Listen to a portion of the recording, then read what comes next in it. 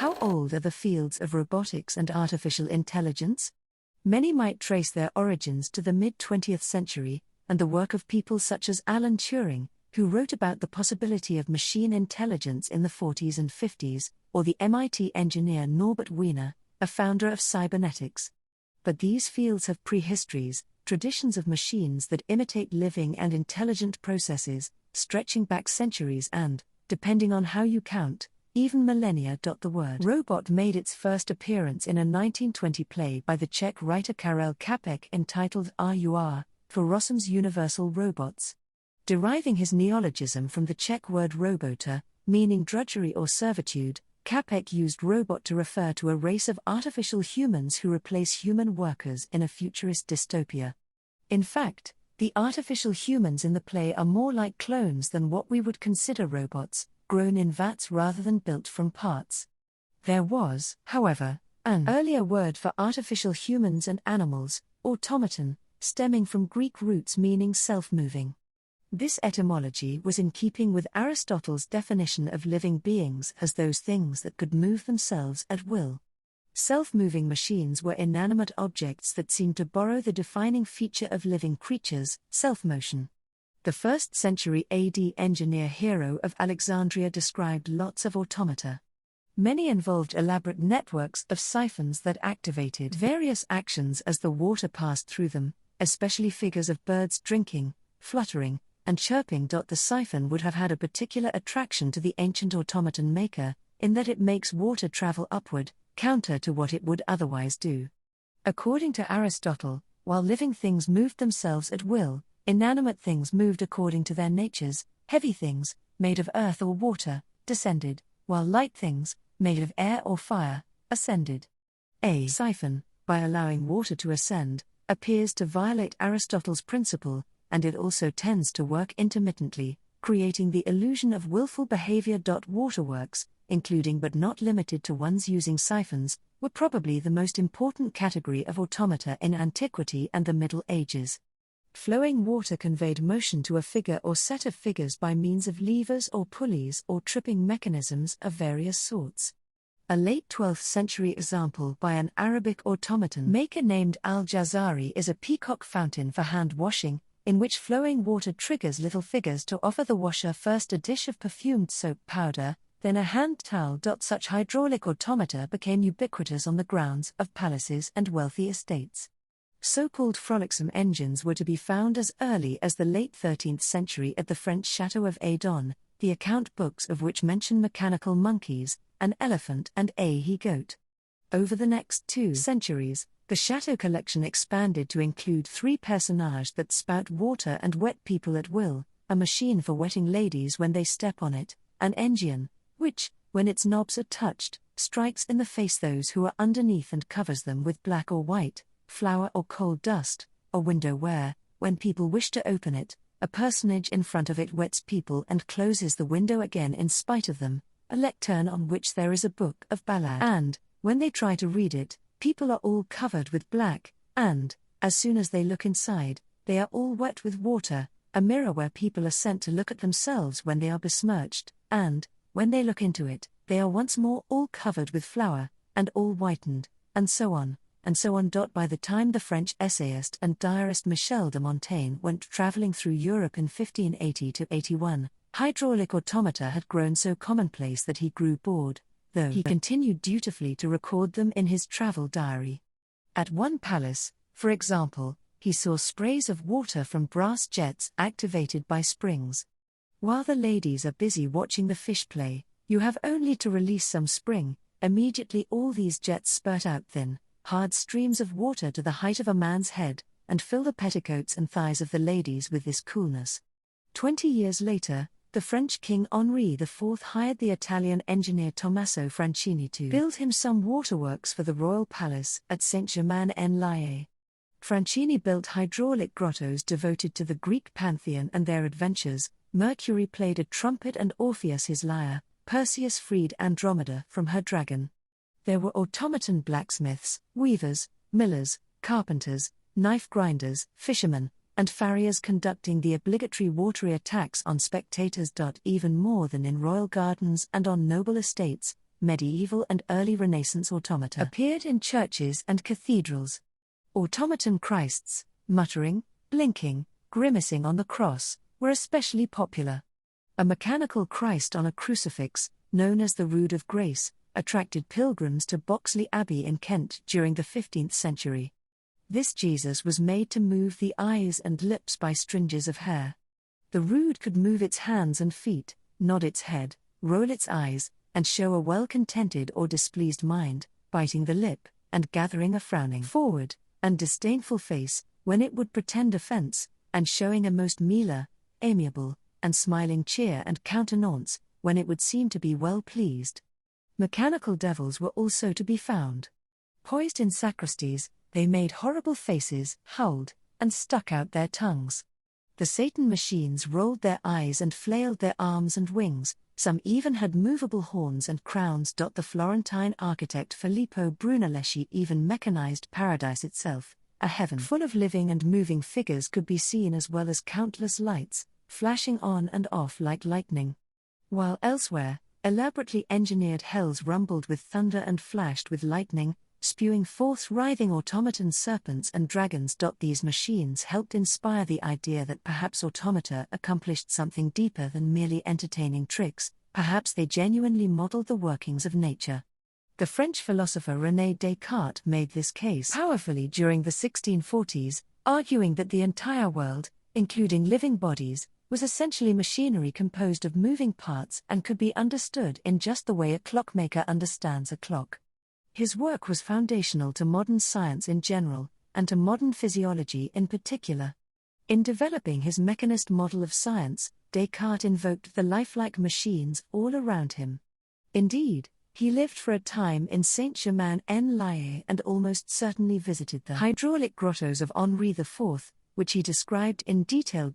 With the 16th century advent of the pinned cylinder, a barrel with pins or bars sticking out, such as in a music box, even more complex lifelike machines were possible.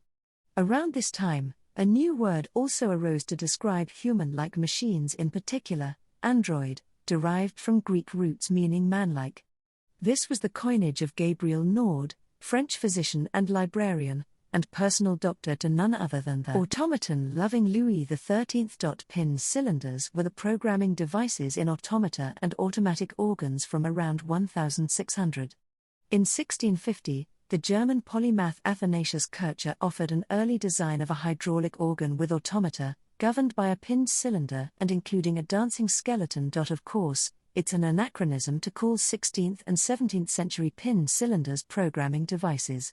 To be sure, there is a continuous line of development from these pinned cylinders to the punch cards used in 19th century automatic looms, which automated the weaving of patterned fabrics, to the punch cards used in early computers, to a silicon chip. The designers of the automatic loom used automata and automatic musical instruments as their model. Then Charles Babbage, the English mathematician who designed the first mechanical computers during the 1830s, the analytical and difference engines, in turn used the automatic loom as his model. Indeed, one might consider a pinned cylinder to be a sequence of pins and spaces, just as a punch card is a sequence of holes and spaces, or zeros and ones.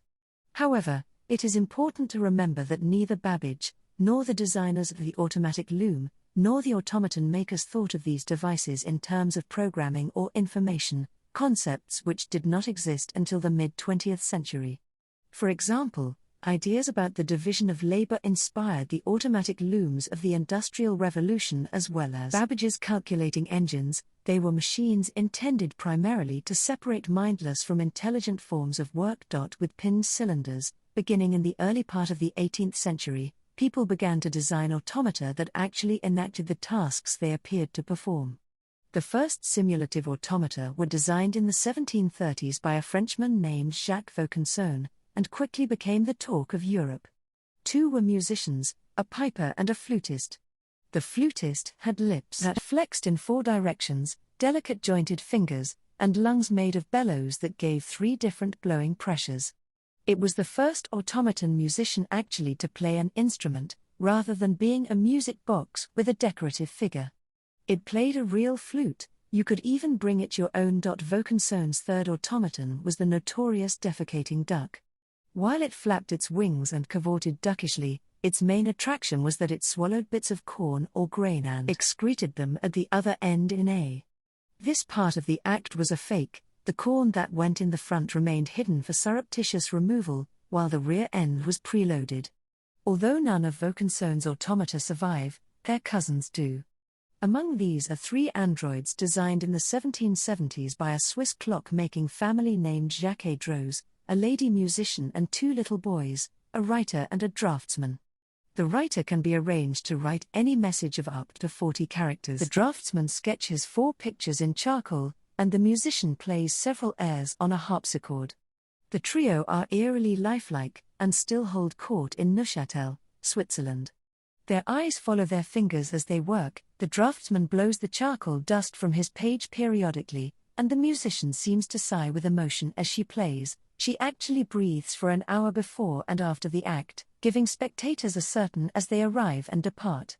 Later on in the 18th century, engineers and automaton makers became concerned with trying to mechanize 2 processes deemed the epitome of living intelligence, speech and chess playing. A flurry of talking heads in the 1770s, 80s and 90s was triggered by a prize competition sponsored by the St. Petersburg Academy of Sciences for a machine that could produce the sound of vowels. People went far beyond just vowels. A Frenchman named Michel designed a pair of talking heads in 1778. They contained artificial glottises arranged over taut membranes, but their dialogue in praise of Louis XVI was rather dull. "The king gives peace to Europe," intoned the first head, "peace crowns the king with glory," replied the second, and so on. About a decade later, a Hungarian engineer named Wolfgang von Kempelen designed a speaking machine using an ivory glottis, bellows for lungs, a leather vocal tract with a hinged tongue, a rubber oral cavity and mouth, and a nose with 2 little pipes as nostrils. Its pronouncements were more whimsical than those of Michel's talking heads, "My wife is my friend," for example, and "Come with me to Paris." Kempelen was more famous for another automaton that he designed and built in 1769, the chess-playing Turk. This life-sized model was exhibited all over Europe and America by Kempelen himself and then by others until its demise in a fire in 1854, in the course of its long career, reportedly beating both Napoleon and Charles Babbage. Although aspects of its movement, the motion of the arms, head, etc. were mechanical, it was not, of course, a full automaton. The crucial chess-playing aspect was the work of a succession of skillful and diminutive human chess players concealed in its pedestal, something all but admitted by Kempelen, who said his main achievement had been to create an illusion.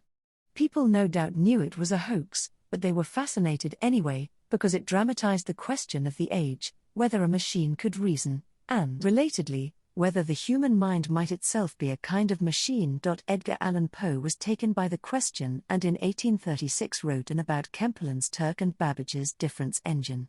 He believed a machine could calculate, because calculation was a fixed and determinate process, but not that a machine could play chess because, he said, chess was, the machine would have to respond to its opponent's moves.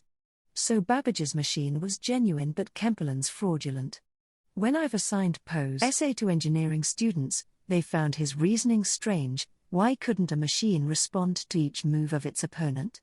Here is another example of how people's intuitions about the nature of life, mechanism and science continually transform.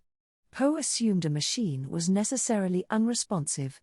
2 centuries earlier, Descartes had made the opposite assumption, and almost 2 centuries later, so did my students. How should we regard Hero of Alexandria's siphon-driven birds, the medieval automaton Christs, the Renaissance Frolicsome engines, the android musicians, artists, writers, and talking heads of the 18th century? They can certainly be seen as the ancestors of modern projects in robotics and artificial intelligence. But they were also expressions of a very different mode of understanding. Rather than embodying the concepts of programming, feedback, or information so important today, they were born from other ideas: animate versus inanimate matter, willful versus constrained motion, mindless versus intelligent labor. It is hard to imagine that our own conceptual frameworks will one day seem as remote and exotic as an Aristotelian account of heroes' siphons seems to us, but they surely will. Can knowing this perhaps help us to imagine what might come to replace information, programming, and feedback as the key concepts for understanding life, sentience, mechanism, and mind?